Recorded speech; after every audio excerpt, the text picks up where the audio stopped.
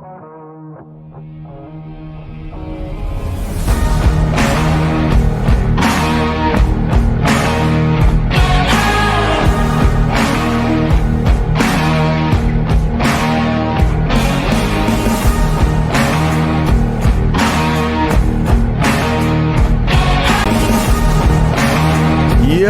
what's up, everybody?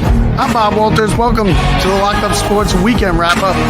The Mets dropped 2 of 3 in Pittsburgh. The Yankees' offense non-existent versus Boston.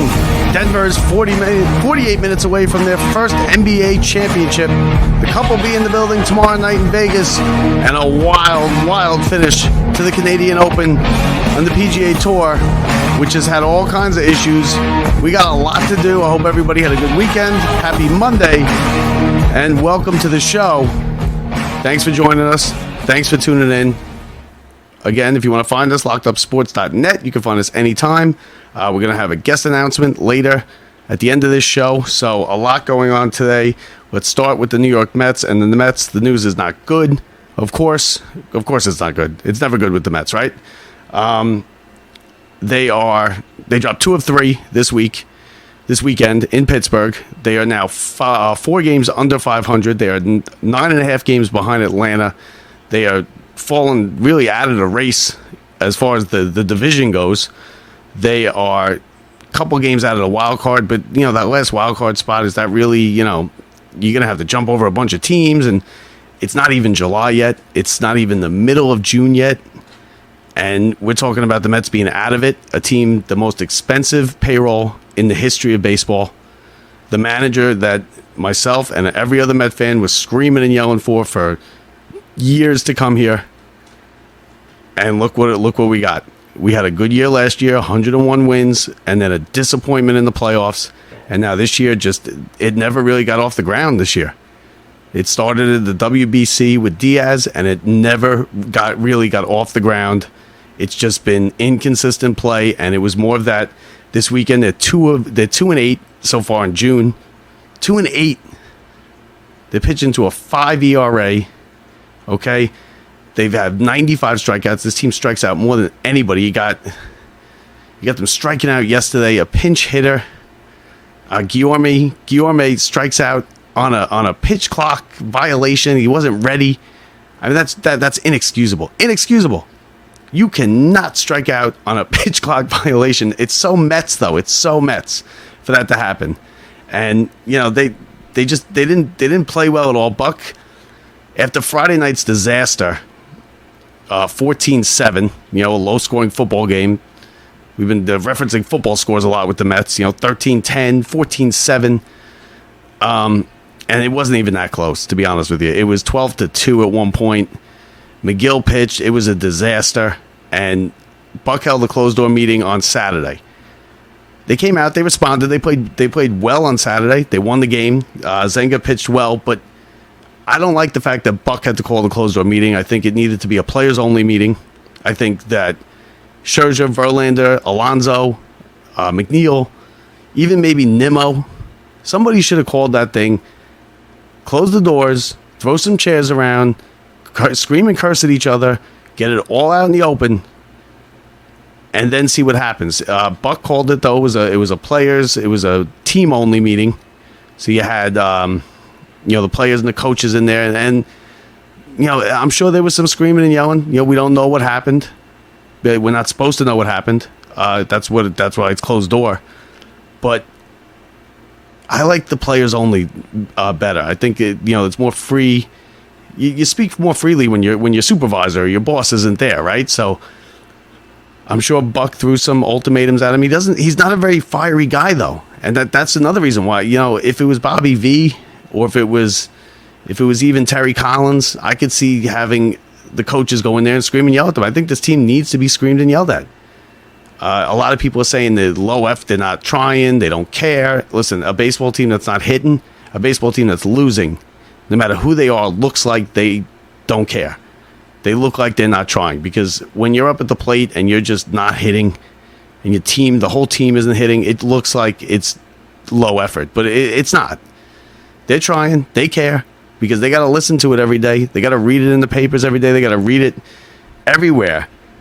And then so they came out, they won Saturday, but yesterday then you have Carrasco pitching, and Carrasco's pitching a good game yesterday. He's into the 5th inning. He's given up 2 runs. The Mets are down 2-1. They're in the game. He's playing with Carrasco's pitching well. It's the best he's pitched. Now he's pitched 3 straight good starts. Finally, he's coming around.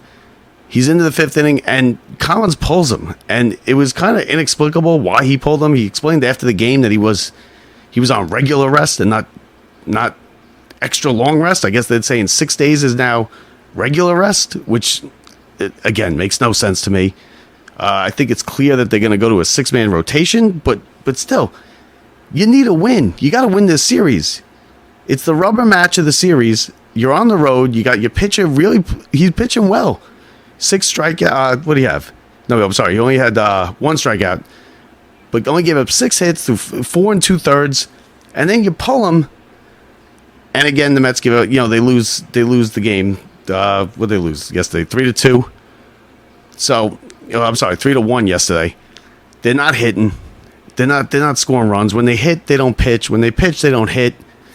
It's got all the trademarks of a bad baseball team, and I've been saying that for weeks. The Mets got all the trademarks of a bad baseball team. Now, the one good spot has been Senga lately. Now, he doesn't have control. He does walk too many batters. He walked 4 in 7 innings on Saturday, but that was the game after the closed door meeting. They responded. They got a win. He pitched well. It's a couple times in a row he's pitched well. The Mets got 5 runs. They won 5-1.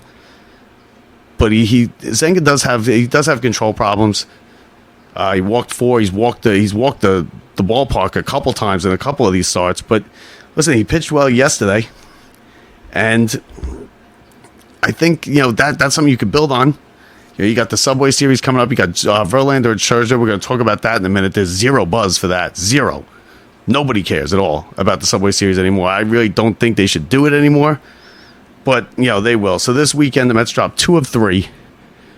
Friday night was lost. Friday night was kind of a continuation of the Braves. It just it all piled on, and that was the breaking point Friday, I think. The plane got in at 8 in the morning. They got no sleep. They're coming off that terrible series in Atlanta where they just blew leads left and right, all 3 games. And it skyrocketed. The bottom fell out Friday night with McGill pitching. He was terrible. And then it's 14-7. They lose that game. Then Saturday, come back, they get a win. And then yesterday, which I think was a pretty big game yesterday, they didn't get the win. They had Carrasco pitching well. Why pull him out? Why pull him out when he's pitching well? You finally got a good pitching performance. Now you're not hitting. You only got 1 run, so they wouldn't have won the game anyway. But a lot of the things that Buck's doing it doesn't make sense. He seems to be, I don't know if he's panicking, if he's worried about his job. I mean, he's not going to get fired. They haven't come out publicly. Cohen hasn't come out publicly and given him a vote of confidence. But it's been reported he's not getting fired. Listen, he was the manager of the year last year. He's Buck Showalter. He's got a long track record. We're only 70 games into this thing, so it's not over yet. The Braves were here last year in the same position. The Phillies were here last year in the same position. Phillies went to the World Series. So it can be done. Now, are they going to be able to dig out of the hole that they're in? I don't think so. I don't see anything that says, yes, they will. But they are a good team. They got the players. These Lindor, McNeil won the batting championship last year. Nothing has gone right. It might just be one of those seasons where nothing goes right. And sometimes those seasons happen. Sometimes you get those seasons where nothing goes right and it just isn't your year. That's what it looks like so far for the Mets. Now, can they get out of it? Of course they can. There's 70-something, there's 90 games left, 95 games left. 95 games is a long time. Baseball's a long season. We still have the whole summer. It's not even the middle of June yet. So but it's getting late early. It's getting late quick. They're already 9.5 behind the Braves. And I mean, are you gonna catch the Braves at 9.5? That I don't think so, because the Mets can't beat the Braves. So we'll see. Like I said, Subway Series this weekend. We're gonna get to that in a minute. Now the Yankees, on the other hand, the Yankees had a rough weekend. Okay, that was not a good weekend for the Yankees. It's the first one without Judge. The Yankees, they won. They lost Friday night. They won Saturday 3-1. They lost last night in 10 innings. They can't score any runs. They couldn't get the offense going. They got 2, 3, and 2. So they scored 7 runs in the weekend against not a very good Boston team. Whitlock, Hoke, and Bello should not be shutting down this Yankee lineup. It just shouldn't happen. And last night, I think Boone was outmanaged. I think he didn't have a real good game. The Yankees gave up the run in the 10th. They gave up the run to tie it late. And they couldn't score. They had a runner on third, I believe, when the game ended. And they dropped 2 of 3. The Yankees are the same distance away from first place as the Mets are. Both teams 9.5 games out. The Yankees are 9 games over 500, 9.5 out.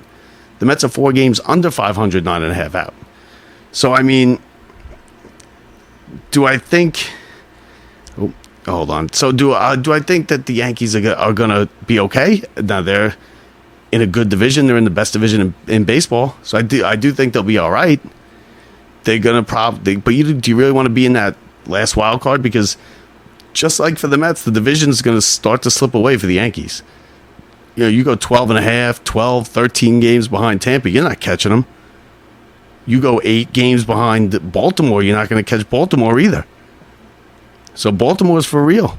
The Yankees are right now the Yankees are the third best team in their division. They're in third place, but they're also the third best team. You had Stanton come make a big pinch hit last night. He had a chance to really do some damage. He couldn't get it done. They're not hitting. It's the same thing like the Mets. They're not hitting. Now, the Yankees got a good pitching performance from Cole. They wasted it in the first game on Friday. Cole went 6 innings, gave up 2 runs, 7 hits, and pitched well. Okay? Herman was brilliant on Saturday. 6 innings, a run on 6 hits. He got 5 strikeouts. He was just dominating the Red Sox lineup, and that's what these Yankee pitchers should have been doing the whole weekend. Because the Red Sox are a 500 team. They're in last place. They're playing a little bit better as of late, but they should not come into Yankee Stadium and win 2 out of 3 on a weekend where this is what it is without Judge. When the Yankees don't have their best player and Judge is out, they don't win baseball games, and that's why I'm saying I think they're going to fall out of the division race during this time that Judge is out, because there's still no timetable on his return. You got to figure it's going to be at least a month, right? He's going to be out at least a month. And if they're 12.5, 13 out, they're not catching the Rays. I'm sorry, they're not. They're not catching the Rays. They're not good enough to catch the Rays. I said it before. I said what the Rays do is they don't put all their chips in 1 or 2 players like the Mets or the Yankees do with all these big market teams. They get decent players and decent backups at each position. So if somebody goes down, they could pick up the slack. There's nobody that could pick up Judge's slack for the Yankees. Nobody. There's nobody that could pick up Alonso's slack for the Mets. I mean, they keep running Vogelback out there. Who knows why that goes on? But Vogelback is certainly, I can hit better than Vogelback. Forget about him being a substitute for Pete Alonso. Now, the Subway Series. Subway Series starts tomorrow. Both teams with a day off today. Kind of regroup. As far as the Subway Series goes, there is no buzz, 0 buzz for this Subway Series. I mean, I don't really care about it. I don't know if you guys do. I haven't heard anybody really talking about it. Usually hear something leading up to it. There is some good pitching matchups. You got Severino and Scherzer in the first game. You got Cole and Verlander. So those are marquee matchups right there. They're going to sell the place out, but there's no buzz. No Judge, no Alonso. It's really, it's just, I haven't heard anything about it. I'm kind of done with the Subway Series. I've been done with it. It's been 20-something years now. The novelty is long worn off as far as, Mets, Yankees, and, the bragging rights and this and that. It really is not a big deal anymore. I think it's just, 2 more games. The Mets need them worse than the Yankees. If you want to talk about which team needs the games more, the Mets need them far more than the Yankees. The Mets need big pitching performances from Verlander and Scherzer. And these are 2 tough games for the Mets to win. Severino's been pitching well. When Severino pitches, he pitches well. He shuts teams down. His problem has not been how he pitches. It's pitching, getting on the mound, getting in the game. And as far as Cole goes, Cole's been one of the best pitchers in baseball. Cole's got a 2-something ERA. He's been dominant in some games. He's been unhittable in some games. And he's going against Verlander. And listen, we're going to need a good start from Verlander. Verlander's been the definition of inconsistent. He's been bad start, good start, bad start his last 3. I'm sorry, he's been, bad start, good start, bad start his last 3 starts. So, is he due for now a good start? Maybe. He hasn't really been winning the games. He lost last Friday against Toronto when he pitched very well. Pitched 6 innings, 8 strikeouts, 1 run. And then he comes up against the Braves and he gives up 4 in the first inning. So you don't know what you're going to get. And that's a big problem. Because you're supposed to know what you're going to get when Verlander and Scherzer go to the mound. You're supposed to know you're going to get a quality start. You're supposed to know you're going to get 6 innings, 2 runs, 7 strikeouts, and you're going to be in the game. You don't know that anymore. Because Scherzer's been all right. Verlander, neither one of them have been great. Neither one of them are earning their money. They're both stealing money from the Mets right now with the way they're playing. Verlander out of the first month. We'll see. Brett was talking about trading Verlander. I don't see anybody that's going to want to take him unless you eat the contract. And if you do that, you're throwing up the white flag. You can't throw up the white flag. This team is too expensive. It's making too much money to throw up the white flag before you even hit, 4th of July. That would just be a disaster. Plus, you got Cohen, who had promised the championship in 5 years. I know that's kind of tongue-in-cheek, but yeah, he said it, and I think he kind of wants to hold to it.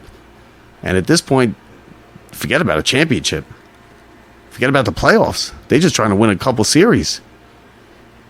Besides that sweep against Philly, the Mets have not won series, and that's the big thing. In baseball, just win series, win 2 out of 3, win 3 out of 4, split a series. Mets can't even do that. They get swept in back-to-back series with Toronto and Atlanta. Then they go into Pittsburgh. They lose 2 out of 3. They look listless. You got Guillorme striking out on pitch clock violations at a big pinch hit spot. That's the way it's gone for the Mets. That Guillorme at bat was exactly how it's gone for the Mets. Could you be any more Mets than a big spot, a pinch hitter, and he's not ready with 8 seconds to go, and it's strike 3? I can't think of anything more Mets than that. I really can't. Let's see. Tonight you got the NBA Finals. The NBA Finals tonight. Let's see. Hold on 1 second.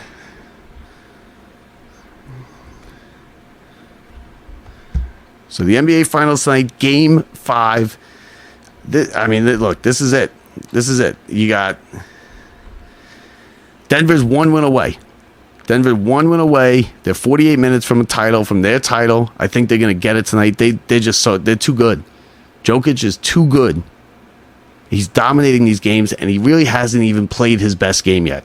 I think tonight you're going to see a dominating performance from Jokic. A triple-double, like a big-time triple-double. And I think Denver's going to win tonight, and I think, they deserve it. They're the best team. He was the MVP. Whether he got the award or not, he was the MVP of the league. He was the best player in the league. I see people asking if he wins tonight or when he wins this championship, will he be a top 5 center of all time? I don't know if I'd go there yet. You got some really lofty names in top 5 center of all time. But when it's all said and done, I could see him being a top 5 center of all time. He's still young. He is dominant. He is big. He could shoot. He could dominate low in the blocks. He's plays decent defense. He could pass the ball. He could handle the ball. He could shoot. He's just dominant. He dominates every aspect of the game that he plays. And as far as the Heat go, the Heat are confident coming into this game.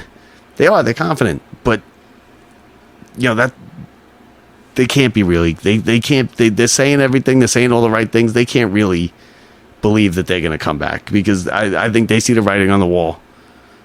The one game that they won in this series, game 2, it took them to play their very best game, and still Denver had a shot at the gun to tie the game. So when Miami played their best game, they got contributions from people that you wouldn't expect. Fourth quarter, off the bench, points all over the place, and still Denver had a chance to tie the game and send it to overtime. So I don't think they'll win tonight. I think it ends tonight. I do. I think the whole thing ends tonight. I really do. I think it's not even that close. I think it's kind of a party celebration type of game. Probably mid-third quarter, they'll start to pull away, and that'll be it. And then Denver will get their championship. The championship kind of that we've been anticipating this whole playoff. They were the best team in the regular season. They've been the best team in the playoffs. They have the best player. And that's what happens in the NBA, especially when they're going up against the 8 seed. And this was a great run for Miami. A great run. And now I saw reports today that Damian Lillard might be going to Miami. It's a little early for that. Let's let the season end first before you start putting Damian Lillard and you start putting, these free agents and they start teaming up with each other. Let the season end first. So, last stand for Miami tonight. We'll see if they could keep it close, if they could, possibly pull it off. I don't see it happening. I think Jokic, who's dominated this series up to this point and still hasn't played his best game, I think tonight you get a big game from Jokic. And I think Denver wins it going away tonight, and they win the NBA title. Now, Mike Breen tonight will call his 100th NBA Finals game. He's one of the best all time now. He is an all time. He's right up there with Marv. Is he Marv? I think Marv is still ahead of him. But Breen is a great announcer. He's a great announcer. He's our hometown guy. He's the Knicks announcer. He started at WFAN. He was doing, he was like producing, I think, Mike and the Mad Dog. So good for Breen. He seems like he's a nice guy. Anyone that I've ever heard say anything about him has said he's a nice guy. He's funny. He's a great announcer. He has some great calls, and I think he's there. He's right there with Marv. I think he's right below Marv, because Marv does the other sports too. Marv did hockey, did the Rangers. Marv did football for a long time for NBC. So I think Marv, as far as sports broadcasters, Marv is just ahead of Breen. But congratulations to Mike Breen. This will be his 100th NBA Finals game. He's broadcasted more NBA Finals series than anybody. 18 straight, I believe it is. He's been the play-by-play guy. So give him credit. Mike Breen, 100th broadcast of an NBA Finals game tonight. And that'll be the record. So tomorrow will be, it's the last stand for my Florida Panthers. Do they have one more comeback in them? I don't know. Listen, the series, it's 3-1 Golden Knights. The series has been closer than the score indicates. You had the blowout in game 2. Other than that, it's been very close. Vegas is the better team. Okay, Vegas is the better team, but that's how it's been. Florida's played against better teams. Florida hasn't been the better team in any series they played. Now they're holding on to we were down 3-1 against Boston, the greatest regular season team we've ever seen. Right? That's what they hold on to. They came back, they won game 7 in overtime. Can they do that again? I hope so, but I don't see it happening. Now they were close. They lost both games at home. You can't lose games. They did not lose both games at home. They lost game 4 at home. They won game 3 in overtime. You can't be losing these games at home if you're going to win this series. Okay, now they got to go and they got to win 3 in a row. Do I think they're going to win 3 out of 4 against Vegas? I don't. Vegas is better. Florida's banged up. Kachuk is all banged up. All right, he's been playing hurt. You could just tell he's probably at 60%. And they had a chance to tie that game. That puck was right on Kachuk's stick, right at the buzzer the other night. They were down 3-2. Kachuk had a chance. He had the puck on his stick.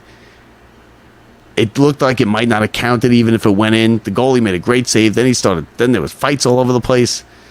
It's been a good series. I just don't think Florida has it in them again. I don't think they have another 3 wins in them. In this series, I don't. It wouldn't shock me if they win Game 5, get it back to Florida, and then, anything can happen. But it's asking a lot because they're hurt. Bobrovsky has been good, but he hasn't been great in this series. He was great in the other 3 series for Florida. He was the best player on the ice. He carried the team into this final. He hasn't been the best player. He's been outplayed, I think, by Hill on the other end, who's a kid. And listen, it's been a great run for the Panthers. I've kind of adopted them as my team. It's been fun. I hope they do have some kind of comeback in them. The cardiac cats. I hope they have one more in them. But gun to my head, I don't think they do. But we'll see. So that's tomorrow night. So the couple will be in the building in Vegas. And that Vegas, it's a wild scene out there with Vegas. That's a wild, wild scene. The crowd is crazy. It's it's a Vegas crowd. So the games are early. The games are at like 5 o'clock because they're at 8 o'clock here. So they play the games at 5 o'clock. It's a crazy crowd. They've all been in the casinos and the bars all day. They're going out for the night after the game.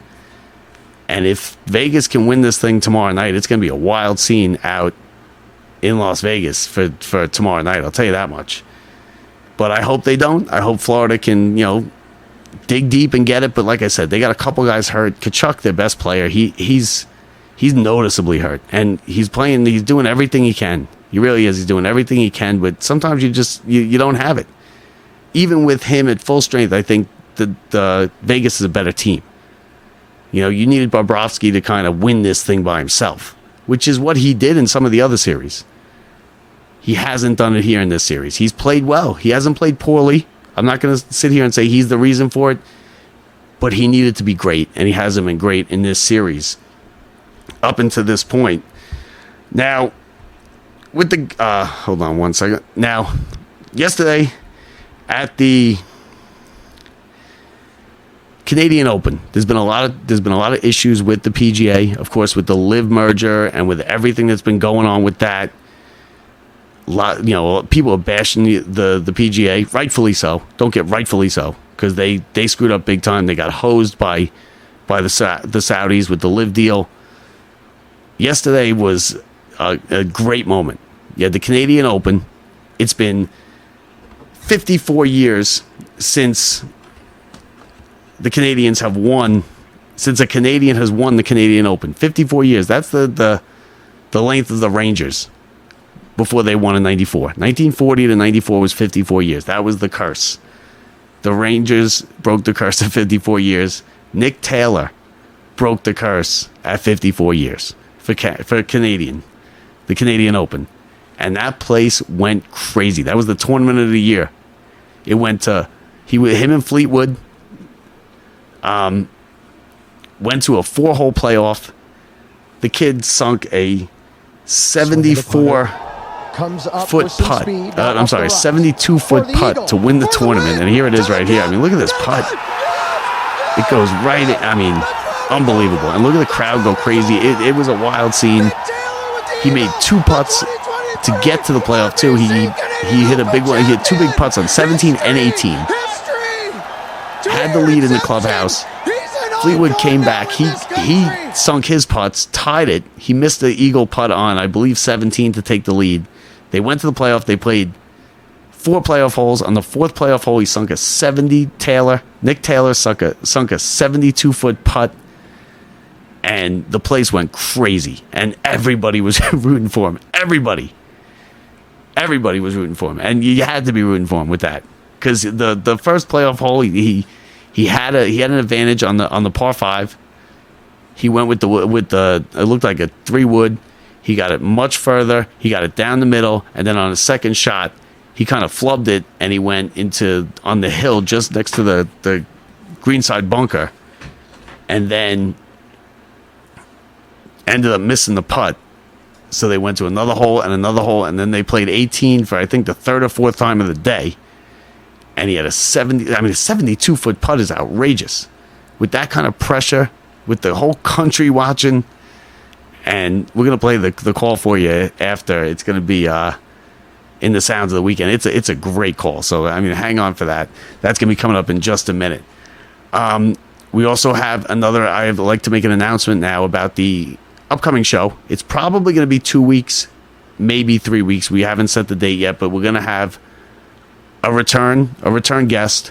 Bob Husler is going to come on the show. We're going to bitch and moan about the Mets. That's what we're going to do. All right. We loved him. He is one of my favorite people. He was one of our favorite guests. He was our first guest, our first real big name guests. And I credit a lot of this show and a lot of the guests that we've had, the fantastic guests that we've had, to him. Because once he came on, I said, you know what, I could get anybody on. And I spoke to him the other day. I've been emailing back and forth. He's coming on. Like I said, it's not going to be this week. It's going to either be 2 weeks or 3 weeks from today, or from on Friday or Saturday. So it'll probably be not this weekend, either the next weekend or the following weekend. Bob Husler, return to Locked Up Sports. It's going to be a great show. I can't wait. I know you guys will be excited. I still have people coming up to me and telling me that that's their favorite episode. So that pretty much does it here. We're going to get going. We got a lot accomplished, but I got things to do. I got work tonight. So I hope everybody had a good weekend. I hope you had a good Monday. NBA Finals tonight. I think Denver wins tonight. I think it's over tonight. I'm going to pick Florida tomorrow to push this thing back to Florida and, the Cardiac Cats one more time.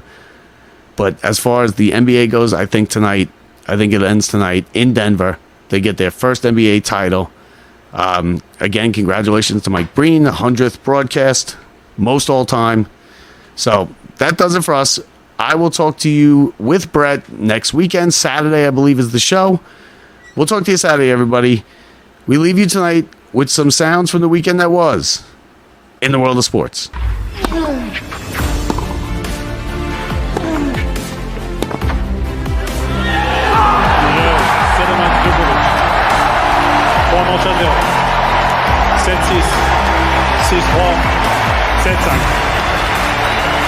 The pinnacle of his career. His 23rd slam. He's now won every slam at least 3 times. And Tim, it was an amazing. Markov and Waugh. Panthers control. Here's Montour in the far circle. Back out. 10 seconds. Reinhardt fires. It's blocked. That's got to be a broken stick. 5 seconds. Save made by Hill. Bennett looking for the puck. Comes out in front. Oh! It's all over. Panthers come that close to sending this game to overtime. The Golden Knights win it 3-2. And the rocket show. Great play by Steve. Here's Jennison next to Treasure. Switch show. Forte coming right. He's got a chance. Forte coming on the outside. Joe and Florida getting ready to turn the home.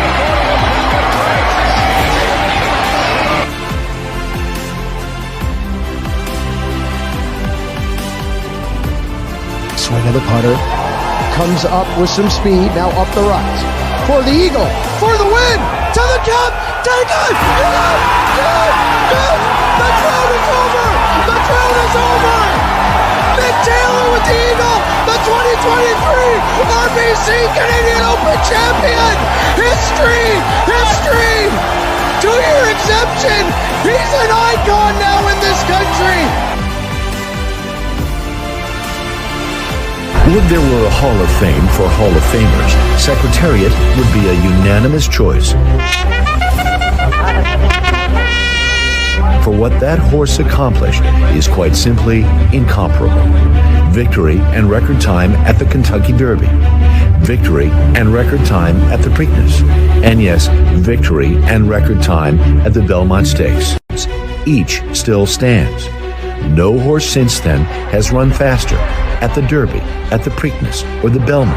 It's hard to believe it's been 50 years since that afternoon at Belmont Park. Everybody's in line, and they're off. It's widening now. He is moving like a tremendous machine. Secretary Secretariat by 12. Secretariat by 14 lengths on the turn. Sham is dropping back. It looks like they'll catch him today as Mike Allen and Price of Prince are both coming up to him now. But Secretariat is all alone. He's out there almost a 16th of a mile away from the rest of the horses. Secretariat is in a position that is impossible to catch. He's into the stretch. Secretariat leads his field by 18 lengths. And now Price of